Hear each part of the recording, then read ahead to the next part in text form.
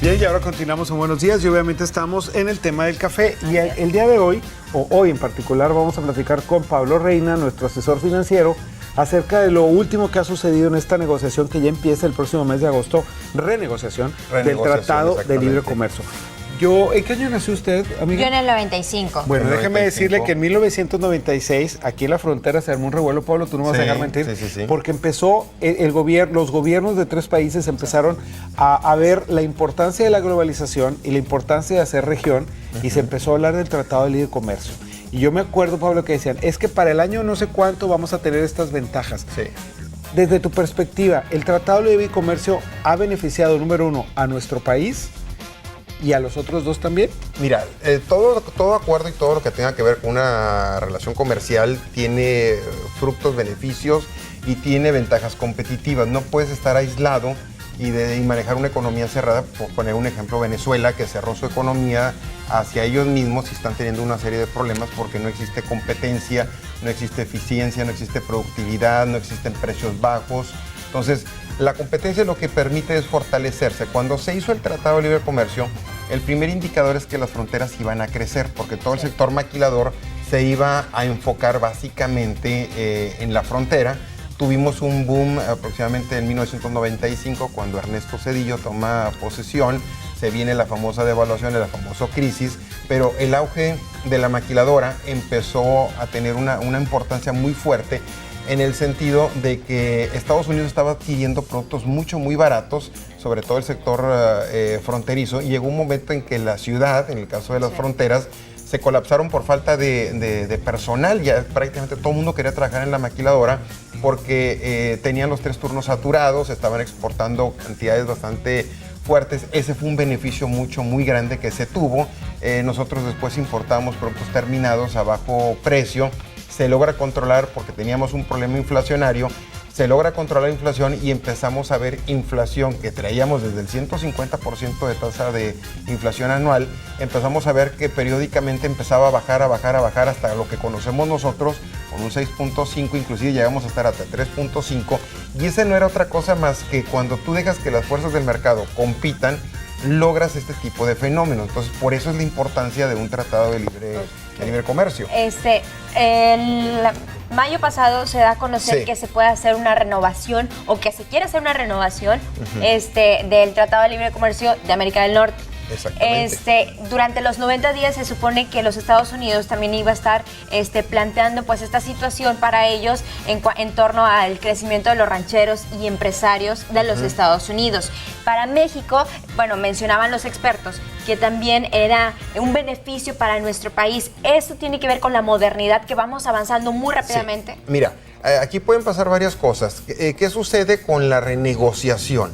Hay sectores que se vieron afectados en Estados Unidos, como hay sectores que se ven afectados en México. Una de las principales diferencias entre Estados Unidos y nosotros es, número uno, los salarios. Los salarios son muy altos en Estados Unidos. ¿No? Por ponerte un ejemplo, un ingeniero en Estados Unidos tal vez debe estar en $35, cuando aquí debe estar ganando un promedio de $9 la hora. Entonces, la diferencia es bastante fuerte, y su costo de producir ese producto en Estados Unidos pues, puede tener digamos que un proceso muy caro para quien es el último consumidor. Entonces, esas son de las cosas que se hicieron virales dentro de la campaña del presidente Donald Trump. Hay que darle más trabajo a los norteamericanos. Se manejó una situación diferente a lo que se planteaba la base del Tratado de Libre Comercio. Podemos mencionar otro tipo de cosas, por ejemplo, el caso de los aguacates, de que por muchos años no pasaban. Llegábamos a comprar hasta en $5 el kilo de aguacate, resulta que se abre la frontera, se quitan los aranceles, se quitan los impuestos, y pasa algo muy interesante. Las condiciones territoriales, climáticas del país permiten una mejor calidad que la que se pudiera manejar en Estados Unidos. El mismo efecto le sucede al limón, el mismo efecto le sucede al tomate. Por la zona geográfica. Exactamente, por el tipo de agua, por el tipo de tierra, por el tipo de clima, y eso le permite ser competitivos. Entonces, ese tipo de cosas son las que se van a tratar dentro del Tratado de Libre Comercio. La otra cosa que se va a tratar es la cuestión tecnológica. También. Esa es otra cosa. Pero se habla mucho de nuestra relación. Obviamente tenemos 3,000 kilómetros de frontera con los Estados Unidos, pero poco conocemos la relación de México con Canadá, en el sentido del Tratado de Libre Comercio. Sabemos que es Exacto. socio del tratado porque son los 3 países de América del Norte, pero ¿qué relación tiene México con la producción en Canadá o Canadá con México? ¿Qué les llevamos? ¿Qué traemos de allá? Mira, Canadá a final de cuentas es más un país administrativo, un país más intelectual, un país con más, digamos, es un territorio muy grande, pero con muy poca población comparada con la de México y la de Estados Unidos. El mercado es muy pequeño comparado, el 96% del mercado es Estados Unidos, prácticamente el 4% viene siendo Canadá. ¿Y los canadienses de qué se ven beneficiados? Pues básicamente lo que es la tecnología, lo que es la fruta. Ahora, de allá hacia acá, ¿qué es lo que podemos nosotros tener?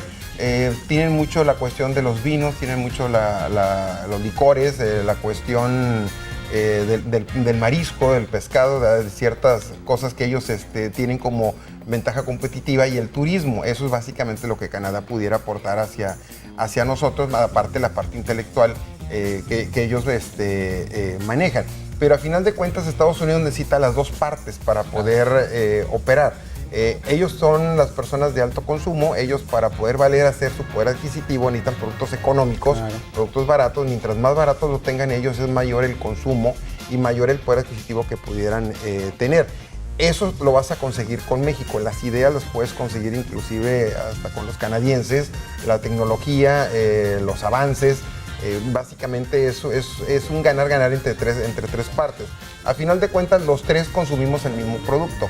Un televisor en México lo vas a conseguir en Estados Unidos, en Canadá, a un precio muy competitivo. Muy bien. Por este Tratado de Libre Comercio. Bueno, pronto volveremos a platicar con Pablo, ahora que empiecen las negociaciones, porque ya en el mes de agosto, que es el próximo mes, el 16 de agosto. empiezan a tratarse todo eso, y vamos a ver cómo nos afecta aquí en la frontera. Te invitaremos, Pablo, para que nos hagas lo último, por favor. ¿Qué te parece si ahora nos vamos con el Tratado del Estado del Tiempo con don Oscar Sobrevi?